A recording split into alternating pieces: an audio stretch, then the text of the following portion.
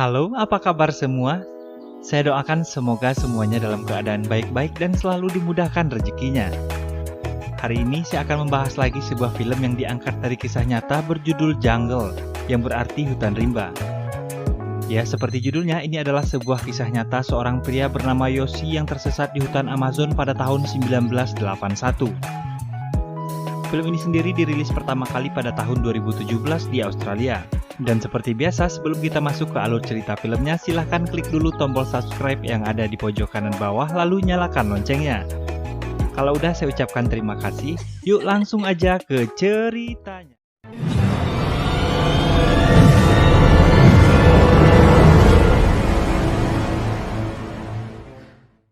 Berkisah awal tahun 1981, seorang mantan tentara Israel bernama Yoshi Ginsberg melakukan perjalanan ke Bolivia, Amerika Selatan.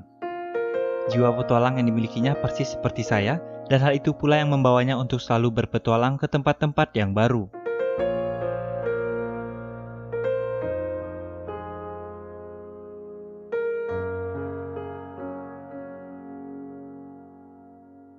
Di perjalanan dalam sebuah kapal, Yoshi bertemu dengan Marcus Stem, seorang guru sekolah yang hampir aja ketinggalan.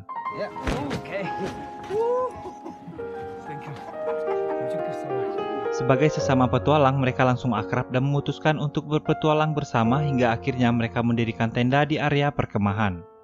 Saat berkeliling pasar, Marcus bertemu teman lamanya Kevin Gale yang merupakan seorang pendaki dan fotografer. Hey, this is my friend, Yoshi Ginsberg. Hey man, Kevin Gale. Hey, good to meet you. Yeah, good to meet you too. Dan diketahui ternyata Kevin adalah pendaki yang telah berhasil mendaki semua gunung yang ada di Amerika Selatan.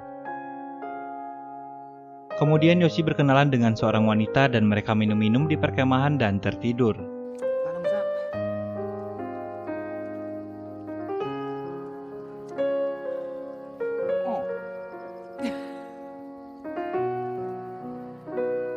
Keesokan harinya, Yoshi, Marcus, dan Kevin pergi ke La Paz, sebuah kota di Bolivia, dan mereka menyewa penginapan di sana.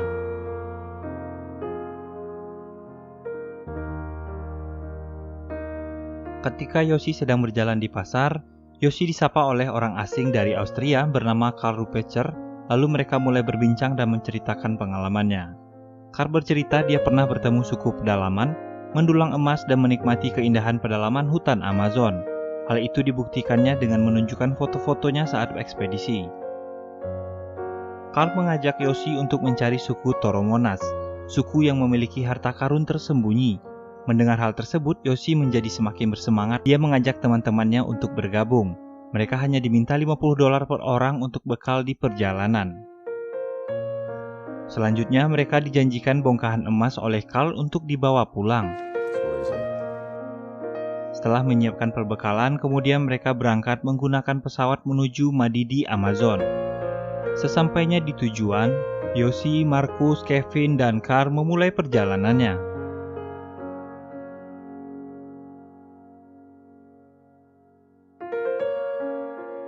Yoshi dan teman-temannya sangat bersemangat dengan hal-hal yang akan mereka temui di sana. Malamnya mereka berkemah dan Karl menceritakan tentang suku primitif yang dulu ia temui. Esoknya, di hari kedua, mereka melanjutkan perjalanan di tengah hujan.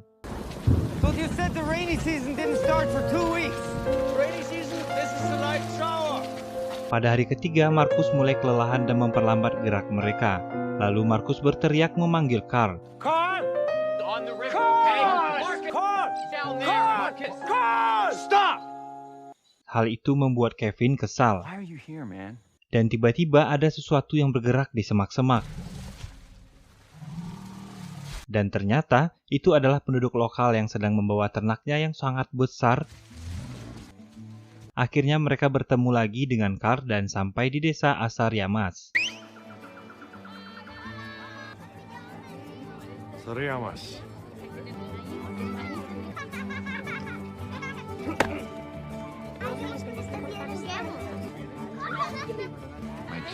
Penduduk desa terpencil di hutan Amazon ini sangat ramah dan bersahaja, dan Karl terlihat sudah sangat akrab di sana. Malamnya mereka mencoba arak dan tembakau khas desa itu.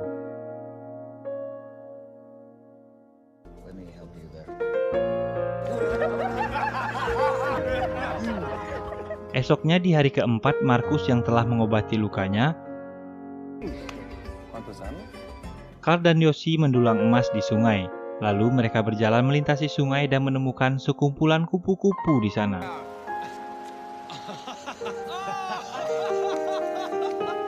Mereka pun melanjutkan perjalanan ke dalam hutan. Perbekalan pun semakin menipis dan ketika itu mereka melihat seekor monyet di sana dan tiba-tiba Carl menembak monyet tersebut dan membakarnya. Carl tampak sangat menikmati memakan hasil tangkapannya, sedangkan Markus melihatnya saja sudah mual.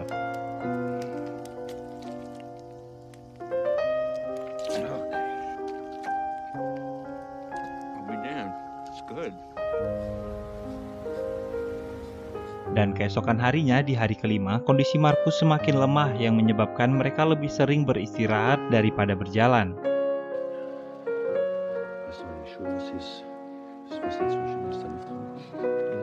Markus menyadari dan menyesal dengan kondisinya yang hanya memperlambat perjalanan mereka saat ini. Namun untuk kembali hal yang tidak mungkin sanggup untuk dilakukannya seorang diri. I'm sorry that I can't keep up. You know this is not my fault.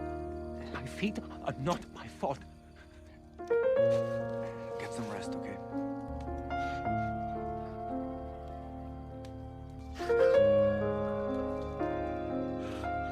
Di pagi harinya mereka berdiskusi bagaimana caranya agar Markus bisa berjalan tanpa memperlambat perjalanan mereka. Dan akhirnya mereka bersepakat untuk membuat rakit dan mengarungi sungai. Sapphire and believe in baby Jesus. They tied them on trees and let me tell you, they believed. Yeah.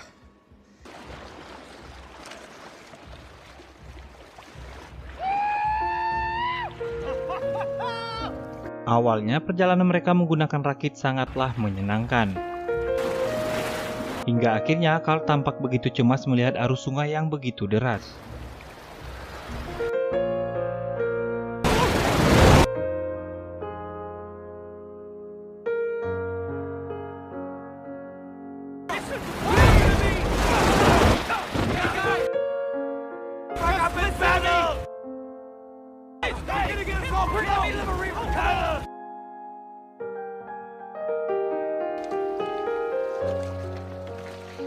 Karena emosi, kemudian Carl meninggalkan mereka di tepi sungai dan masuk ke dalam hutan untuk berburu. Did you see Carl on the raft?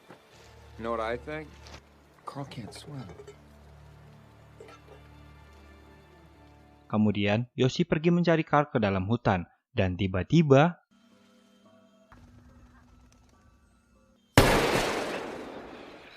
ternyata ada jaguar yang sedang mengintai mereka. Akhirnya, karena Carl dan Kevin tidak sepemikiran, mereka memutuskan untuk berjalan masing-masing. Carl dan Markus berjalan menyusuri hutan, sementara Kevin dan Yoshi mengarungi sungai. Sebelum berpisah, Carl berpesan kepada mereka agar tidak mengarungi Malpaso San Pedro. Itu adalah jeram deras yang diapit dua batu besar dan jarang ada orang yang selamat saat mengarungi jeram tersebut.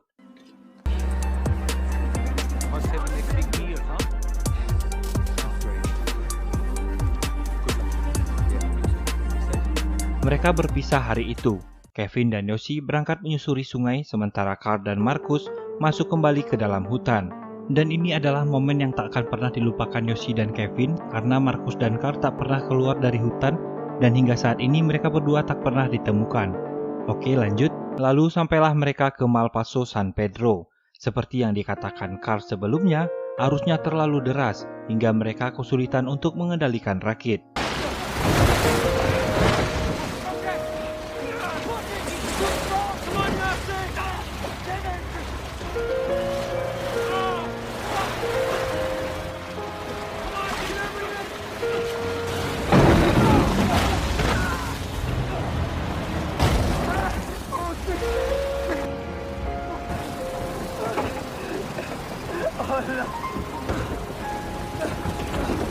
When I get to the bank, throw me the machete. I'm gonna cut some vine and pull you out. Listen to me. I'm gonna make it, okay? I'm gonna make it. I'm not leaving you. I'm not leaving you, okay? Kevin berenang ke pinggir sungai lalu mencoba menyelamatkan Yoshi yang sedang terjebak di tengah sungai. Tapi sayang karena derasnya air, Yoshi pun hanyut dengan rakitnya yang hancur berantakan. Beruntung dia tersangkut di batu dan berhasil keluar dari arus.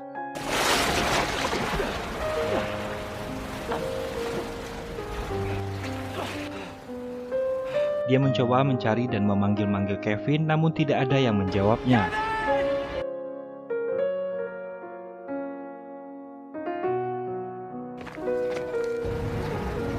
Holy shit.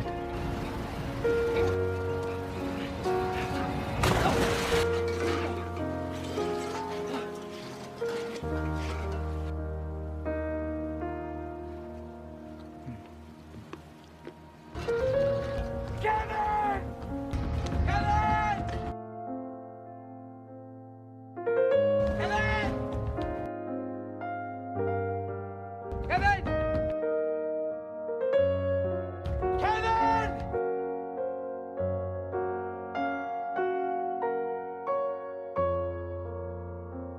Hingga sore hari dia tidak menemukan tanda-tanda keberadaan Kevin. Di hari ke-6, Yoshi memutuskan untuk melanjutkan perjalanannya. Di saat kondisi yang sudah lelah dengan perut yang lapar, akhirnya Yoshi menemukan buah-buahan. Tapi tiba-tiba,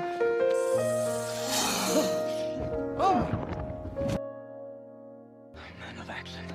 Yoshi akhirnya berhasil membunuh ular tersebut. Malamnya, Yoshi tidur di bawah pohon beralaskan daun. Kemudian dia bermimpi berada di sebuah restoran. Namun saat ia ingin memakannya, tiba-tiba di pagi harinya Yoshi melanjutkan perjalanan. Tiba-tiba dia menyadari ada benjolan dan sesuatu yang bergerak di dahinya.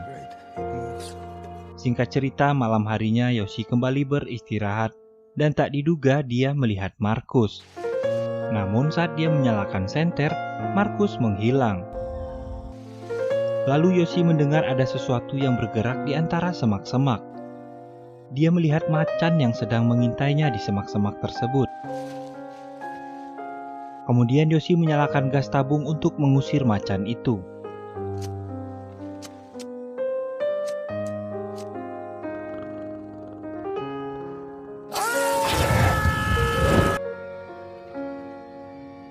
Dan malam pun berganti pagi. Yoshi yang merasa tak nyaman kemudian mengoperasi benjolan di dahinya.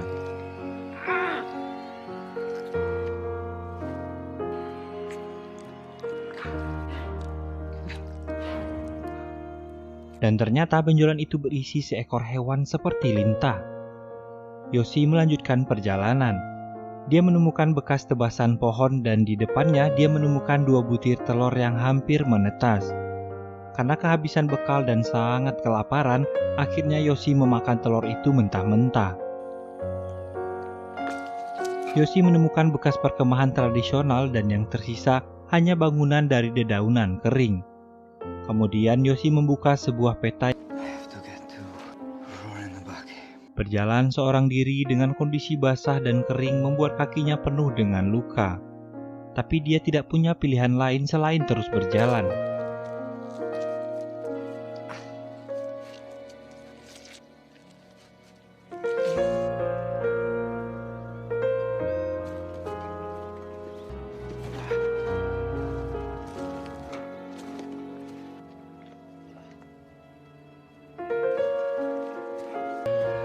No!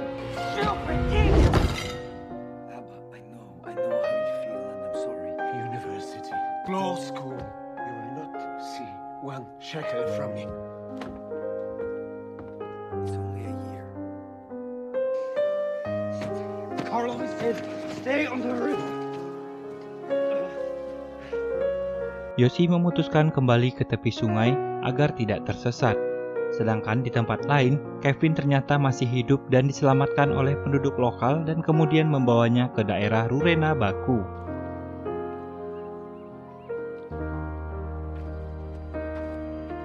Kevin kemudian meminta pihak berwenang setempat untuk membantunya mencari Yoshi.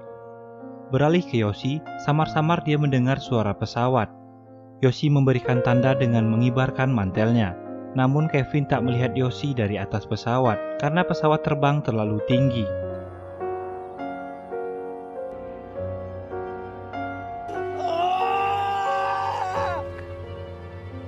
Karena tak berhasil menemukan Yoshi dari udara, akhirnya Kevin diarahkan untuk menggunakan jasa nelayan lokal yang berpengalaman untuk mencari Yoshi.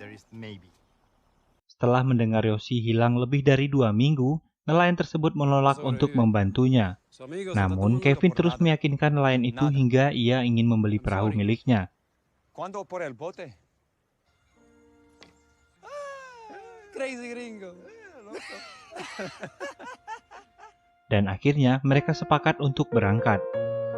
Yoshi terlihat sudah mulai kehilangan harapan, kesempatan untuk diselamatkan oleh pesawat sudah gagal. Tidak lama setelah itu, dia melihat seorang wanita.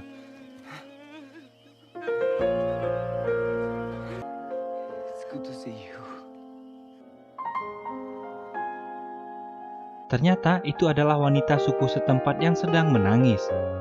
Dia tampak ketakutan kepada Yoshi, tapi pada akhirnya mereka berteman tanpa mengerti bahasa satu sama lain. Sebelum tidur, dia menyentuh wanita tersebut untuk memastikan bahwa wanita itu benar-benar nyata. Keesokan harinya mereka mulai berjalan ke daerah Rurena Baku. Yoshi tampak sudah sangat kesusahan untuk berjalan, hingga dia menggunakan sebuah tongkat. Lalu mereka mulai tidak sepaham dan sering bertengkar. Kemudian, Yoshi tampak depresi karena tak kunjung keluar dari hutan. Malamnya mereka tidur berdua. Yoshi mencoba menenangkan wanita tersebut dengan mengelusnya.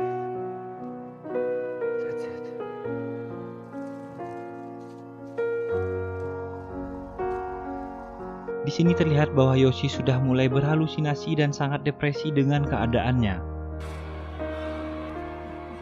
Hari berikutnya, Yoshi terus berjalan. Dia mulai sulit membedakan antara halusinasi dan kenyataan.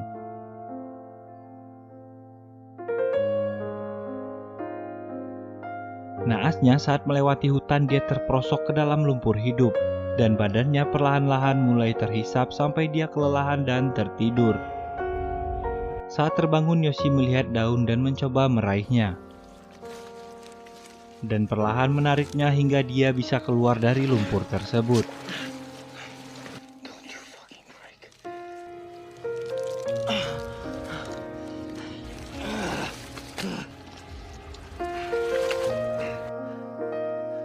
Yoshi sudah sangat lelah dan kelaparan, dia ingin menyerah.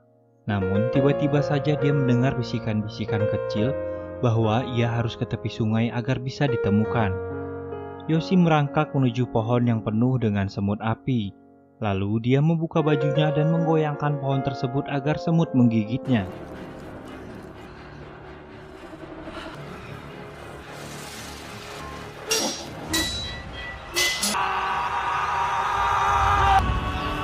Mungkin dia berpikir rasa sakit bisa mengalahkan rasa lelahnya. Hal itu membuat dia berjalan sekuat tenaga menuju ke pinggir sungai.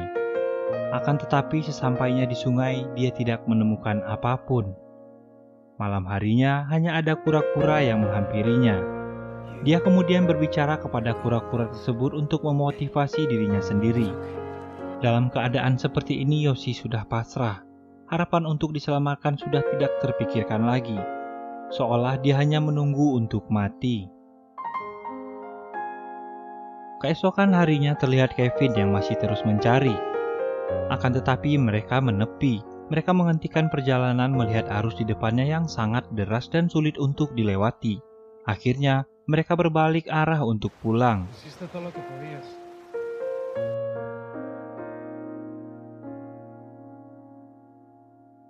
Tiba-tiba Yoshi terbangun dan melihat Kevin berada tepat di depannya.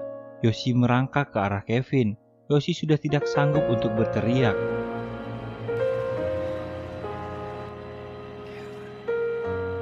Akan tetapi tiba-tiba saja Kevin menoleh.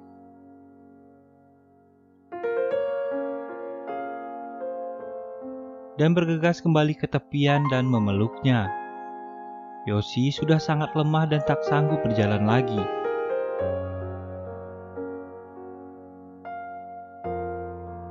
Akhirnya, Kevin membawanya ke daerah Rurena Baku. Penduduk setempat mengucapkan selamat karena telah berhasil selamat dari hutan. Setelah kondisinya kembali membaik, Yoshi dan Kevin kembali ke penginapannya di lapas. Mereka menunggu Carl dan juga Marcus berhari-hari. namun tak ada kabar dan tidak kunjung kembali. Kevin dan Yoshi akhirnya menyadari bahwa harta yang paling berharga adalah nyawa mereka sendiri. Dan film pun selesai.